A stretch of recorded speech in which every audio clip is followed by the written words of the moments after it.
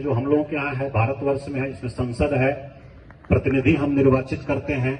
हमारे बिहाफ पर वो लोग संसद और विधानसभा में बैठ करके हमारी बात को रखते हैं और फिर 5 साल के बाद हम लोग देखते हैं कि हमारी बात को ठीक से रखा गया कि नहीं रखा गया, हमारे लिए ठीक से काम किया गया कि नहीं किया गया। फिर हम लोग अपना निर्णय सुनाते हैं कि उनको फिर से हमको भेजना है कि नहीं भेजना है, सरकार में रखना है कि नहीं रखना है। ये इसकी मूल भावना है। दूसरा, प्रेसिडेंशियल फॉर्म सुनते होंगे जो अमेरिका वगैरह में है, जिसमें राष्ट्रपति मुख्य होते हैं, उनका प्रत्यक्ष निर्वाचन होता है, तो वो एक प्रणाली है। और प्रत्यक्ष और अप्रत्यक्ष इस प्रकार से भी विभाजन इस शासन प्रणाली का किया जाता है। प्रत्यक्ष में है कि जो छोटे छोटे देश हैं, जहां बिल्कुल डायरेक्ट जनता के बीच में रेफरेंडम करा के निर्णय लिया जाता है, नीतिगत निर्णय जो भी है। हमको लगता है स्विट्जरलैंड वगैरह या जो इस तरह के देश हैं छोटे छोटे, वहां प्रत्यक्ष लोकतंत्र आपको मिलेगा। लेकिन भारत जैसे देश में जो विश्व की सबसे अधिक आबादी वाला लोकतंत्र है, वहां पर प्रत्यक्ष लोकतंत्र संभव नहीं है, प्रैक्टिकली संभव नहीं है।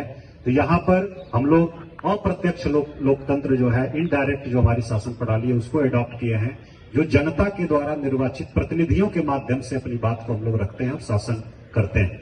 तो ये एक प्रकार का सेल्फ रूल है, खुद का शासन है। तो इसलिए जो शिकायत की बात होती है, शिकायत का बहुत स्कोप नहीं है। अगर सब लोग जागरूक रहें और बिना किसी लोभ के, बिना किसी अन्य चीजों के प्रभाव के अगर निर्णय लें, इसमें शिकायत का कोई बात नहीं। आप ही का शासन है, आप जैसे चाहेंगे वैसे चलेगा, नहीं चाहेंगे आप बदल सकते हैं। आपकी आकांक्षा अपेक्षा पर नहीं खरा उतरता है, आप बदल सकते हैं। तो इस प्रकार की शासन प्रणाली ये है, इसको हम सभी लोगों को बहुत गहराई से समझने की जरूरत है, क्योंकि आप सभी लोग जागरूक हैं, पढ़े लिखे हैं यहाँ, इसलिए हम लोग इस प्रकार की बातें कर रहे हैं।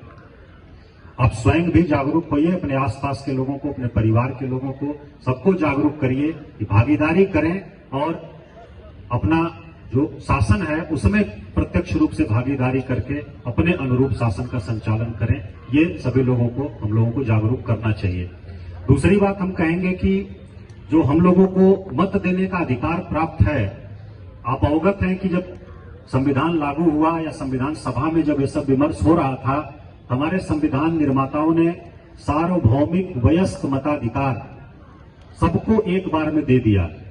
इसका मतलब है कि एक निश्चित उम्र से अधिक के जितने लोग हैं, सभी लोगों को मत देने का अधिकार होगा और सभी के मत का मूल्य एक होगा।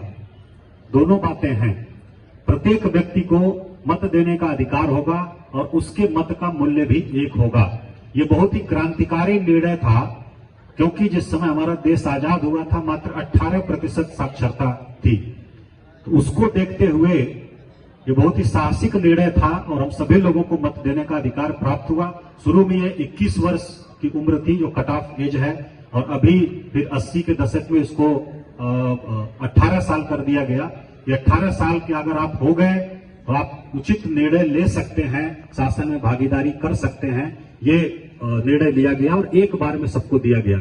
इसका महत्व हम लोगों को अगर दूसरे देशों से तुलना करें तब पता चलता है, अदरवाइज हमको ऐसे ही लगता है इजिली मिल गया है, तो हमको लगता है कि इसका बहुत महत्व समझ में नहीं आता है।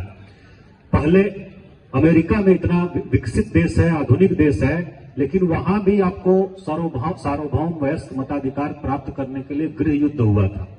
लड़ के लोगों को लेना पड़ा था कि हमको भी वोट देने का अधिकार होना चाहिए। सभी लोगों को नहीं था, रंग भेद के आधार पर, आर्थिक स्थिति के आधार पर मत देने का अधिकार होता था। हमारे यहाँ भी जब अंग्रेजों का शासन था, आप पढ़े होंगे, जानते होंगे, उसमें सबको वोट देने का अधिकार नहीं था, सबको मताधिकार प्राप्त नहीं था। उनकी सामाजिक आर्थिक पृष्ठभूमि के आधार पर निर्णय होता था और एक व्यक्ति के वोट का मूल्य भी एक नहीं था।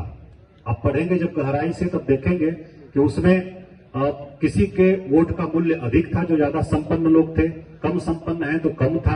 फिर बाद में जब डिवाइड और रूल की पॉलिसी लागू हुई, बांटो